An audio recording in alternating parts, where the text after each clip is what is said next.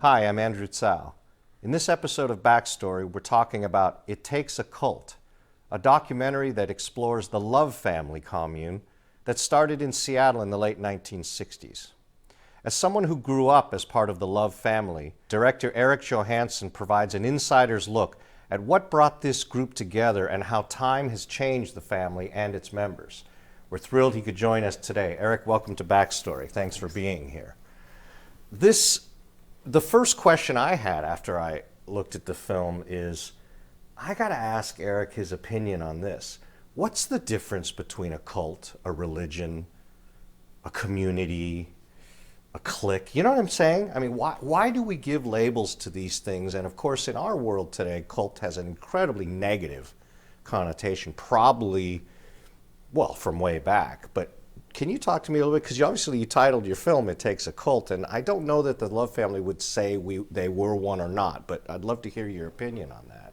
Well, I think that the Love family kind of shrinks at that, label. Yeah. And that was part of the reason for kind of putting it up front and center, because as soon as if you read something about the Love family, you will eventually get to someone mentioning, some people say it's a cult. Right. And, it's something that, sort of growing up was sort of like something used for shock value, You mean as people talking about the family or within the family itself? Within the Love family. Oh, really? Yeah. In what kind of context? Like they see us this way or? Yeah. Okay. So it was used to try to explain to people in the family how we're perceived outside and what that implies. I mean, what does a family member gain from being talked to in that way versus, for example,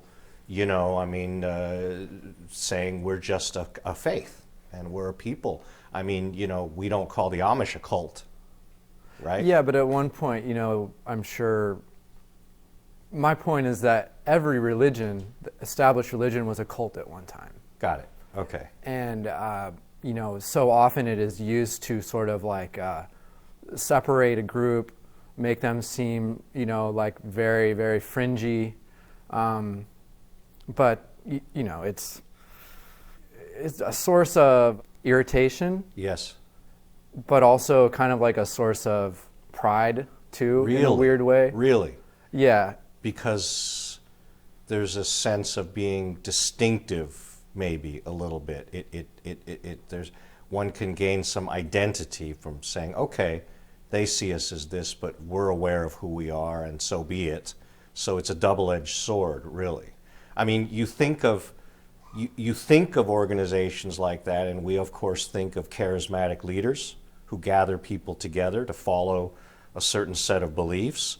And of course, in our society, in our own recent history, we think of people like David Koresh, and we think of Jonestown and all of that. So there, and we'll see in your film, the media does come in and out and try to talk about the life of the Love family. But what I find is, as I'm watching your film, the things I'm seeing in the people of themselves feel pretty okay to me. You know what I mean? I'm sort of, wondering a little bit about this general fear of the other that goes along with exploring a subject like this. Now, the thing about this film, though, for you, it's not just an objective study as a documentary. I mean, you lived this situation. You grew up in this situation. So your point of view of having grown up in the Love family and then going back later and making a film about it had to have been quite a journey. Can you talk a little bit about what that was like, coming to the point where you said, I'm ready now to look back on my own experience?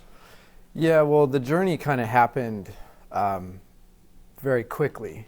There was a long build-up through the 90s of the Love family actually having a lot of money. They were borrowing money off property that was held, and it was not being spent correctly. Okay. And so there was an underlying knowledge among anyone who cared to pay attention that something was going to go down. And then, so here I was living in New York, Yes. and all of a sudden getting my news from the Seattle Times that the Love family declared bankruptcy. Oh, you found out about this through the Seattle Times, not through your own family connections. Yeah. Huh. So this was kept pretty much away from people involved in the family.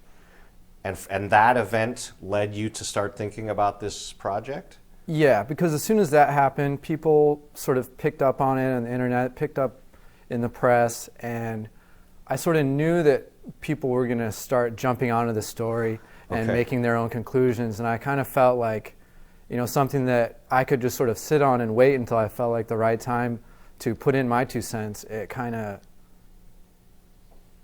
lit a fire under me to, just do it. During this process, though, you must yourself have gone through, that journey of, am I betraying something that in some ways has given me a lot, or and on the other hand, as a storyteller, as a filmmaker, I really want to put this story out from my point of view. Did that change for you from the time you thought about doing this to ultimately when you made the film and began to have to interview people that you knew and your own family members? I mean, what was that relationship like with the people in the family? Yeah, I think, initially there was 90% of the people that I approached were for it and thought it was a good thing. Okay. And the other 10% were thoroughly opposed to it and thought the worst, like that I was out to do some sort of expose and... Even though you were a family member? Yeah. As in, like, he left and now he wants to come back and maybe do some damage to us? Yeah. Okay. Yeah, and it just came from, not communicating, Uh-huh. Well, how long had you actually physically been away from the commune before you decided to go back and make the film? Oh, I mean, I had moved from Seattle a year and a half before, maybe a little bit more than that. So it wasn't a long time before you went back. So you still had those, I mean, it's not like you were away for a decade and, came back a different person. I mean, you had been with these people a year and a half before. Yeah, and still very tight with, the people that I was tight with then, I still am now. Okay. And it was not like I was like returning and, oh, who is this guy? Right, right. So you got access, of course, because of that and the trust put into it. And the film we're going to see mixes not only interviews, but because of your situation, your camera and you are able to actually, shall we say, get into the lives of the people today, years later, but you also had access to what I thought was remarkably rare archival footage. I'm calling it archival because it is historic, and I thought to myself a couple things. One is, who was documenting this stuff back then on, I'm going to guess, Super 8 or whatever film format it was? What was the thinking behind this? And then I thought, what's Eric's relationship to this archival footage? Can you talk to us a little bit about that? Sure. There was a few different sources. There was some 16 millimeter. Okay. And then there was, I think, 3/4 and early VHS. Yes, right. And my dad was a filmmaker before coming to the Love family. So he sort of, if you go off the grid, there's no place for, electronics and all that. So he was a filmmaker, joined the Love family, but while he was with the family, he decided to practice his craft. So he was documenting a lot of the life happening at the time. Not until like the sort of end of his stay. Oh, okay. My dad stayed about 5 years in the Love family, and my mother stayed 25. I see. Okay. And during his time, that 5 years, he just, towards the end of it, he decided, I'm going to shoot some footage for whatever. I mean, was he thinking himself about a documentary? Was he thinking it just for posterity, as a record? What was behind that? Have you ever talked to him about it? There's a couple things going on. There was, toward the end of it, I mean, basically when you joined the Love family, you kind of gave up your identity. I understood that from the film, that you also had to give up your possessions. Right. but yet he was able to bring his cameras? No. Okay. You gave up everything upon joining. Okay. And so he didn't really shoot anything for, my guess is 3 or 4 years. Okay. And then he, I think through like local nonprofits, got a hold of some video equipment. Okay. And also Steve Allen provided his son Brian, who was Logic in the Love family, with a Bolex and film stock. Oh, I see. And so the film you see was shot by Brian Allen and my father. I see. Now, and then your father archived all this and kept it as a record, Yeah, and my dad allowed you to have access to it. Basically, my dad had all the video, Yeah. and Brian had all the prints. Okay. And so it was, I didn't get everything all at once. But yeah, the thing with the Love family used to not allow cameras. They didn't want any cameras around. Well, that's kind of what's behind my question as someone who lives in it, leaves it, comes back, and then, your own father made a record of certain events, and my sense was I would expect that they would not be that into this idea of letting people just photograph what's going on, because they don't know what's going to happen with this material, and they don't know what the point of view is going to be. So, we're talking about from 16 millimeter film to 3/4 inch to early VHS all the way to you coming back. We're talking about a span of time where the story of the family is really recorded in some detail. And I was curious about that from their point of view. What you said, most of the people were behind you making the film, but at the same time, as you say, I thought to myself, in principle, they probably did not feel like any of this was really in their interest. Well, I think after Jonestown, Yeah. the family felt, I think, the need to do some PR and convince the community that they weren't the same sort of organization, that they were not going to jump off a cliff, basically. Okay. So, that stuff you see with Charles Kuralt, that Yes. was done right after Jonestown. Okay. Also during that time, the Love family got a lot of money. Someone joined who had heir to a lot of money. And donated all that to the Love family? Yeah. Okay. And so it's really interesting. The story behind the film is really interesting because, Brian had this Bolex, and he would, was going around shooting verite stuff. Mm-hmm. And then they would have movie night. There was no TVs, no films, obviously. So the Love family would get together and watch home movies of themselves. And he said he thought it was a really big mistake, because then when he would break out the camera, they became very aware. Yeah. So the whole thing changed. The whole reality changed. In that respect, that part of it. But the Love family by that time was, headed for, a big schism. Mm-hmm. Mm-hmm. Yeah. We're also going to see, when we take a look at the film, as I mentioned before, not just interviews and not just archival footage, but you're talking to your own family. You're talking to your father and your mother in here in some pretty, and I'm going to assume your grandmother and grandfather there in the family kitchen. Did you just spring this on them, or did you have to prepare them for this? I mean, they seem pretty frank about their opinions about all this. Yeah, I didn't spring it on them, but that, everything that happened there was not choreographed. I could tell. Yeah. I really wanted to get my grandparents' 2 cents. They come from a different generation, and they, gave everything they could to provide, a good life. And here my parents sort of just saying, no, thanks, Right. Right. And there's just a lot of misunderstanding there. Yes. Well, it's explored in pretty powerful detail. Our viewers are going to see. Now here's a look at a clip from It Takes a Cult.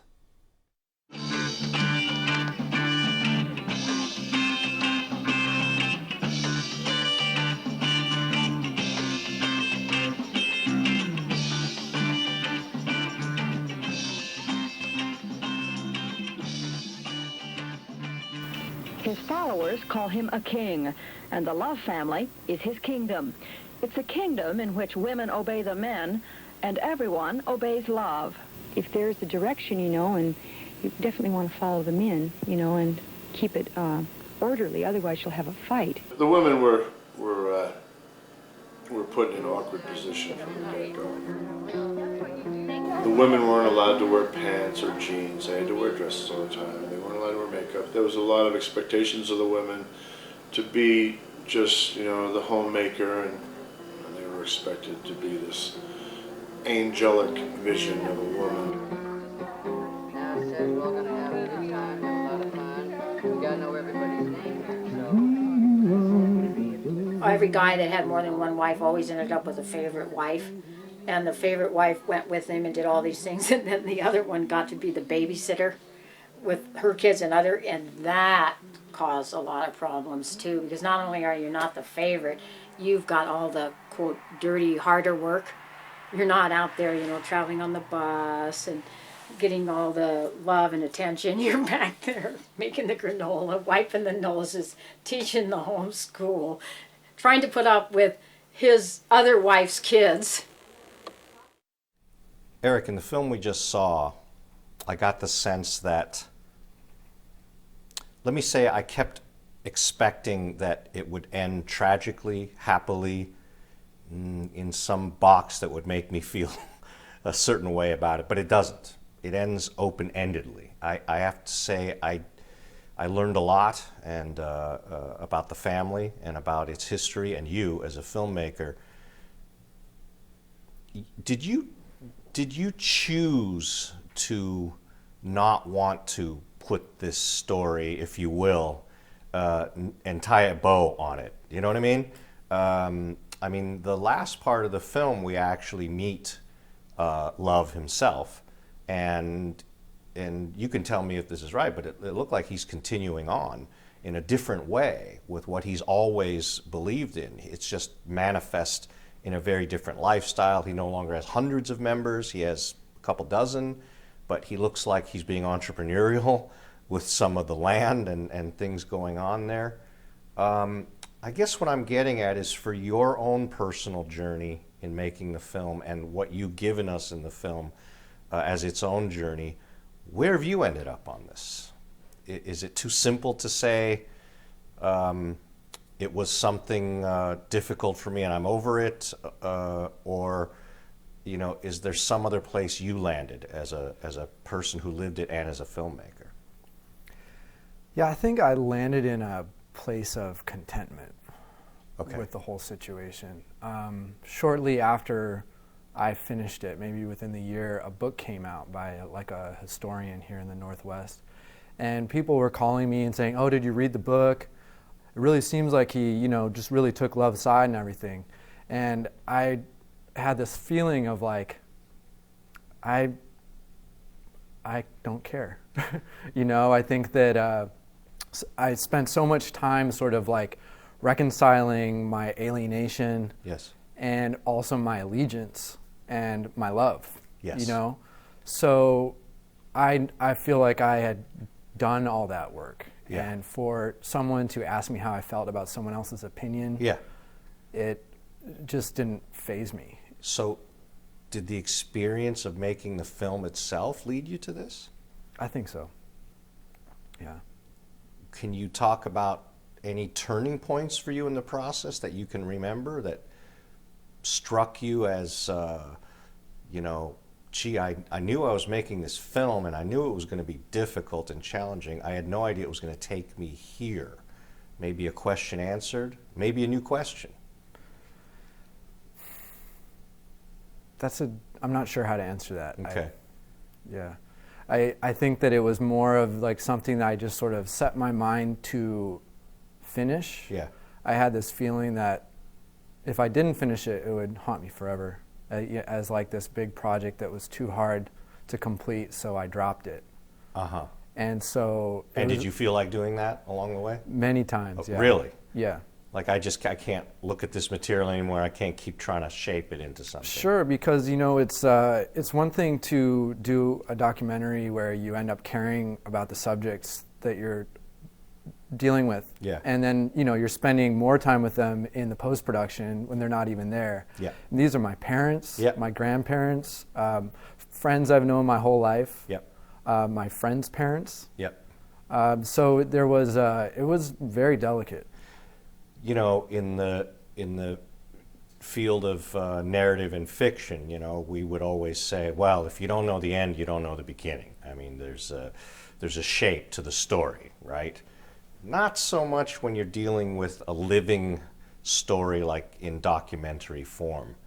Did you have, when you began the project, an idea of how you wanted it to end? And did that change for you? Everything changed.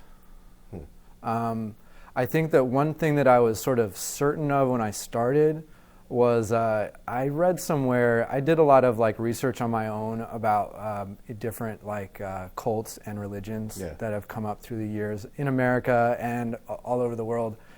And there was some sort of, I can't remember the exact numbers, but it was something that first of all, you can say, cults are a naturally occurring phenomenon in, society. So a cult forms, it has a 90% chance of failing in the first year. Really? Another 4 or 5% fail in the next year. Huh. And then of those that survive that incubation period, most drop off after, the first generation is no longer. So you're talking about a 1 in 100 situation where a cult, if you will, actually goes on. Right. And so here I was, seeing my friends having kids and seeing them sort of, in their own way, sort of carrying on the love family way. And I thought that was a pretty interesting thing, the evolution from cult to sect. Okay, so you're going to have to help me there. Because that's actually a word. In the beginning of the interview, I remember at the top I was saying, what's the difference between a religion and a cult and a community? But I didn't say sect. Yeah. Can you help me with that? A sect is the difference between a Methodist and a Baptist, or a Mormon and a... Okay, within a system of belief, Yeah. different groups. So you're talking about people who may not, at this point, live with love and be doing what love's doing, but still continue some of the traditions in their own way. Yeah, well, I think that's the philosophy of a lot of people who are associated with the love family. They'll say, I still believe in love. They're not talking about the man anymore, And that was one of the big things in the love family, is there's always, and another big, it's a big flashing light for a cult, is loaded language, where something can mean one thing to one person, but someone within the group, it could mean entirely something different. So if I say, I believe in courage, you say, oh, this guy believes that bravery is a very integral virtue. And, I know my friend's dad is named Courage. I believe, Courage is a great guy. Or love, I believe in love. Yeah, I mean, that was quite an interesting part of the film, where we realized that once one comes to the family, one takes on the surname of Israel and then is given by the community, if I'm right, the name they're going to carry, whether it's love or courage or logic or faith, et cetera, et cetera. And I think you pointed out in the film that it wasn't love himself who would just tell the name, but they would observe the person in the community, and then it would sort of come up and stick to them. Yes? So these words are being used every day, not only to address the person, but they're also being said because they have to do with a principle, and vice versa. Yeah, so everything has a possibility for meaning. That's Right. what it comes down to. Right. Yeah. So let's talk a little bit about, we were just chatting before the show, and I'd love to share with my viewers your future, but also you said something that kind of struck me as well. You said you needed about a year after you made this film to sort of move beyond it, to move on to your next film project. Can you tell me a little bit about what that was like? A lot of our viewers And you know, people who make films look at them as projects or work or career moves, but personal investment that actually transforms you as a human being and then ultimately is something you have to step away from. It's a rare thing, and you are in a very unique situation, having lived the situation and now made a film about it. What was that year like, and how did it ultimately come to the point where you decided to go on as a filmmaker to your next project? Well, I mean, it was, I sort of put blinders on to finish it and sort of like let everything else in my life sort of take a back seat. Yeah. Just to get it done. And you talked about that earlier. You said one of your big fears was that this would linger and linger and you wouldn't finish it, and that would be ultimately one of the worst outcomes you could imagine. Yeah, so like really for a year I just, you know, I moved out of my apartment. I, you know, just rested, I guess. You know, sort of got involved with like I tried to do some like smaller projects and work on other people's things. And yeah, it was just really intense. That's like the only way I can describe it. Yeah. Well, we definitely feel it in watching the film, and I want to say it's pretty courageous of you to come out here with me and talk about something so personal as well. But we definitely feel the integrity and the sort of investment, and a lot of what you're trying to help me understand has to do with the effect the film has when you're watching it. You know, when I turned on the film, I thought, okay, you know, this has got to be interesting. I remember the Love family, and then it dawned on me who you were in the context of it, and I thought, there's no way this guy went and made this film on himself and his own family, but you did that. So tell us a little bit more about what's next for you now as a filmmaker. I'm in production on a documentary. It's a sports documentary. It's about a boxer. The working title is The Pride of Spanish Harlem. This is a guy who, at the peak of his career, he's a Puerto Rican who grew up in Spanish Harlem. He got arrested on a drug charge, and sort of like right at the peak of his career. It couldn't have been a worse time. It was a huge media thing. His face was in all the papers, and really embarrassing, and hurt his family a lot. And I got introduced to him about a year after I finished the film. Okay. And I've just been sort of following his comeback. And also the people around him. It's also about the people, you know, his trainer, other people in his life. He's got a barbershop. What have you learned from doing It Takes a Cult and in your project now that you can tell us about the methods of, because you say, I've been following him around, but in that, to me, speaks of actually a specific method. I don't think anyone can just pick up a camera and follow people because of the things we talked about, the barriers, the trust, the human story that's going on. Is there something you can tell us a little about the way you follow someone around? What do you look for? How do you know which day, certain things will or will not happen, and how does that affect the way you put the piece together? I just think you have to give up control a little bit when you're doing documentary, at least that's my approach. Yeah. Just because, here, it's weird to have a camera put in your face. Absolutely. So, and you can't expect someone to act normal. So yeah. I think, giving somebody like a certain amount of grace, and just, I understand that, this isn't always easy for you, even if you want it to happen. Yeah. Well, we look forward to seeing what happens with The Pride of Spanish Harlem. Eric, thanks for being here on Backstory. It was a pleasure. And thank you for watching. I'm Andrew Tsao, and I will see you again behind the scenes.